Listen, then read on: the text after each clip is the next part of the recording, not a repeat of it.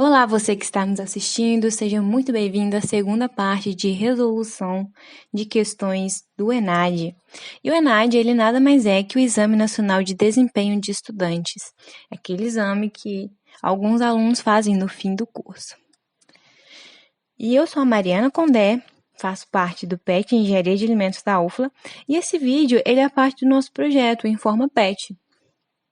Esse projeto ele tem o objetivo de compartilhar a importância da realização do ENAD, assim também como compartilhar as possibilidades de carreira para engenheiro de alimentos, compartilhar e ampliar as habilidades necessárias para essas carreiras e também aumentar a visibilidade do nosso programa para os alunos que estão na finalização do curso. Além disso, aqui, o objetivo é capacitar as pessoas que vão prestar esse exame. As questões selecionadas foram da prova de 2019 e como questões de múltipla escolha nós temos a de número 13 e 34 e como questão discursiva nós temos aqui a número 5. Então aqui vamos começar com o enunciado da questão número 13. Vamos lá.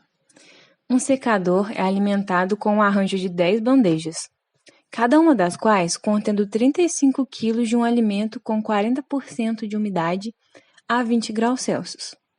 No secador, uma vazão de 1.000 kg por hora de ar a 70 graus Celsius, com um bulbo úmido de 30 graus Celsius, passa tangenciando cada bandeja, com área transversal livre de 0,080 metros quadrados entre as bandejas e escoando tangencialmente à superfície do alimento, área de 0,60 metros por 1,20 metros.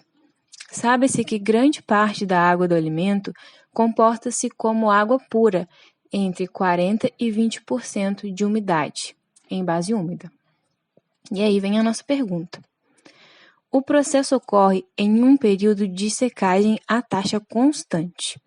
Com base nas informações acima, assinale a opção que apresenta a temperatura da superfície do produto durante o período de secagem a taxa constante. Então, qual dessas 5 possibilidades aqui será a nossa resposta, Nós temos 20, 30, 45, 70 e 90 graus. Essa questão, ela envolve apenas conceito, então não temos nenhuma conta aqui por trás. Então, nós precisamos entender exatamente o conceito de o que ocorre quando o alimento está na temperatura de bulbo úmido. Quando o alimento está nessa temperatura, isso quer dizer que o vapor da água, ali durante a secagem, está em equilíbrio com a água líquida.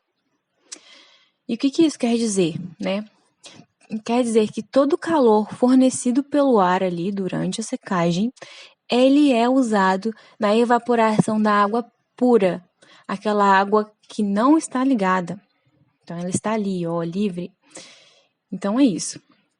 Agora, como diz o enunciado, a temperatura em que esse equilíbrio se estabelece é a de 30 graus. Então, quando a secagem atingir a temperatura de 30 graus, ou seja, a temperatura de bulbo úmido do nosso alimento, a secagem ocorre no período de taxa de secagem constante, que é o período onde todo o calor fornecido pelo ar é usado na evaporação da água pura. Isso significa que a temperatura permanecerá constante, não vai ter elevação da temperatura do alimento. Então, a resposta para essa questão número 13 é a temperatura de 30 graus, onde o processo de secagem ocorre a taxa constante. A temperatura não irá variar nesse período de taxa de secagem. De forma resumida, no caso da nossa questão, é especificado que a temperatura de bulbo úmido do ar é 30 graus. E é nessa temperatura, nessas condições de temperatura de bulbo úmido, que a temperatura não varia, ou seja, o processo de secagem ele ocorre em taxa constante. Então, por isso que é 30 graus. Vamos para a próxima pergunta, a de número 34, e é interessante falar sobre essa questão porque ela traz uma legislação que atualmente ela não está mais vigente. Então, nós vamos falar da legislação atual enquanto explicamos a resposta da questão. Vamos lá, então. Em unidades de alimentação e nutrição, a qualidade é considerada como o fornecimento de alimentos íntegros, livres de contaminantes de origem física, química e biológica, que sejam de boa aceitação sensorial e atendam às necessidades nutricionais e expectativas do cliente. Nesse contexto, um dos fatores primordiais para a garantia da qualidade é a inocuidade do alimento. Assim, ações de controle sanitário na área de alimentos, visando a proteção da saúde da população e a regulamentação dos padrões microbiológicos para alimentos, são previstas na Resolução número 12 de 2001 da Agência Nacional de Vigilância Sanitária. Considerando as análises microbiológicas previstas no referido regulamento técnico, avalie as afirmativas a seguir. Primeira, a avaliação de coliformes a 45 graus verifica a contaminação de origem fecal a partir da presença do indicador Escherichia coli, uma bactéria gram-negativa. Segunda, os resultados obtidos por contagem em placa devem ser expressos em número mais provável por grama ou mililitro. Terceira, o produto ou lote deve ser considerado impróprio para o consumo humano quando apresentar resultados superiores aos limites estabelecidos. E quarta, na análise de produtos não caracterizados no referido regulamento, é permitido ao analista, com base em sua experiência, que estabeleça padrões para a avaliação do resultado. Vamos partir agora para a explicação da questão, né? Como eu já havia comentado, essa resolução de número 12 de 2021 da Anvisa não está mais vigente. A legislação atual agora é a RDC 331 e a Instrução Normativa 60.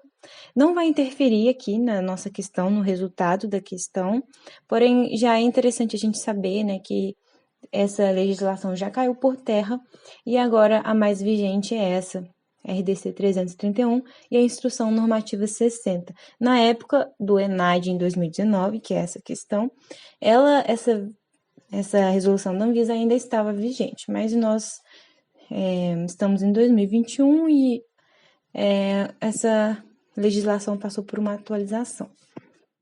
Depois de esclarecido isso, vamos dar continuidade e comentar as afirmativas aqui.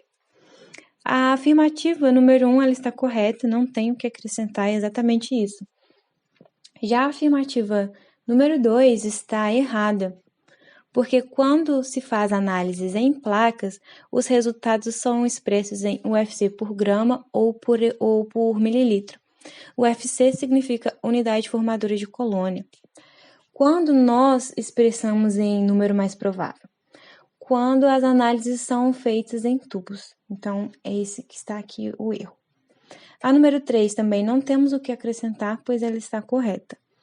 Já a número 4 está falando aqui, né, que é permitido ao analista, com base em sua experiência, estabelecer padrões para a avaliação do resultado. Não, isso não é permitido, não é possível fazer isso. Esses valores são estabelecidos por lei, e quando o alimento não é caracterizado pela tabela, ele é enquadrado em um produto similar. Então, mesmo assim, a gente precisa se embasar na legislação.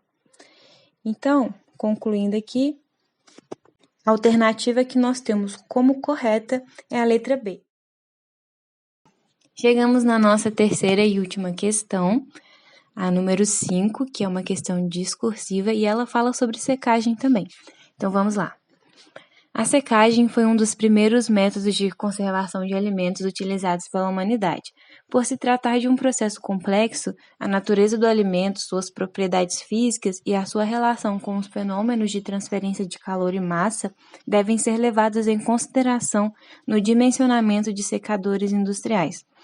A figura a seguir representa uma curva típica de secagem de um determinado alimento, e essa curva ela está expressa pela quantidade de água retirada em quilos em função do tempo em horas. Então, o eixo Y é a quantidade de água retirada em quilos e o eixo X é em função do tempo, né? Quanto tempo que leva determinada quantidade de água.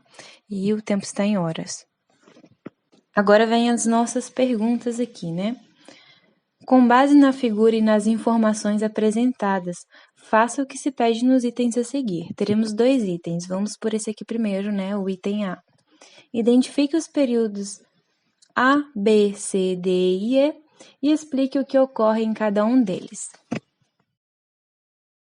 Eu coloquei a figura ao lado da resolução para a gente ir falando sobre os períodos e ir vendo o que acontece com a nossa curva de secagem. Lembrando que nós temos o alimento e nós temos o nosso meio secante, que é o ar. E eu vou falar por segmento. Por exemplo, o que acontece do ponto A até o ponto B, do ponto B até o ponto C e por aí vai. Então, começando pelo segmento AB da nossa curva, a temperatura do alimento, ele começa a se ajustar às condições do meio secante, que é o ar, certo? Então, até que ele atinja o período de secagem, a taxa constante, ele vai se ajustando ali. A temperatura do alimento vai se ajustando com as condições do meio secante. O alimento, ele começa a perder água, mesmo que pouca, certo? Então, esse é o início da nossa secagem. O alimento está ali e ele vai começando, a temperatura vai começando a se ajustar com as condições, com a temperatura do meio secante. Já no segmento B, C, nós temos uma equação linear, a equação da reta. Esse é o período da taxa de secagem constante. Lembra da questão número 13? Ela se inicia quando a temperatura do alimento se iguala à temperatura de vapor da água, que é o meio secante, né? O ar ali. O ar é o vapor da água, que é o meio secante. Então, a temperatura de secagem se iguala à temperatura de bulbo úmido. Aí, agora, o que acontece exatamente no ponto C? No ponto C é onde a nossa curva ela deixa de ser uma equação linear, equação da reta. O que ocorre ali, então? Ocorre o fim do período da taxa de secagem constante. A umidade nesse ponto ela é conhecida como umidade crítica. E aí a gente já entra no segmento C e D.